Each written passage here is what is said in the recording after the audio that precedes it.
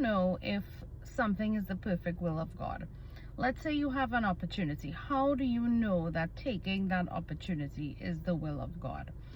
So in recent times, I've heard a common saying over and over and over, and it's that if it all works out easy, then you know it's God for sure.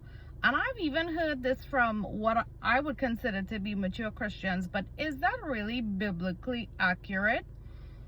You see, if you really examine it to the Bible, you will know that many are the afflictions of the righteous, but the Lord delivereth them out of them all.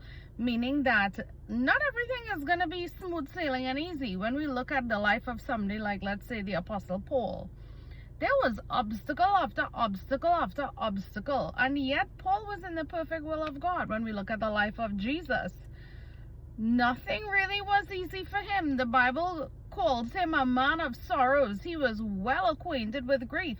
There was hardship after hardship, and he was in the perfect will of God. So I am just going to say this.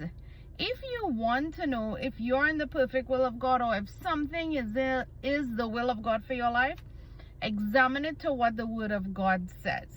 If it's something really specific, like, Lord, should I take this job? Or, Lord, what is my next move? Lord, should I marry this person?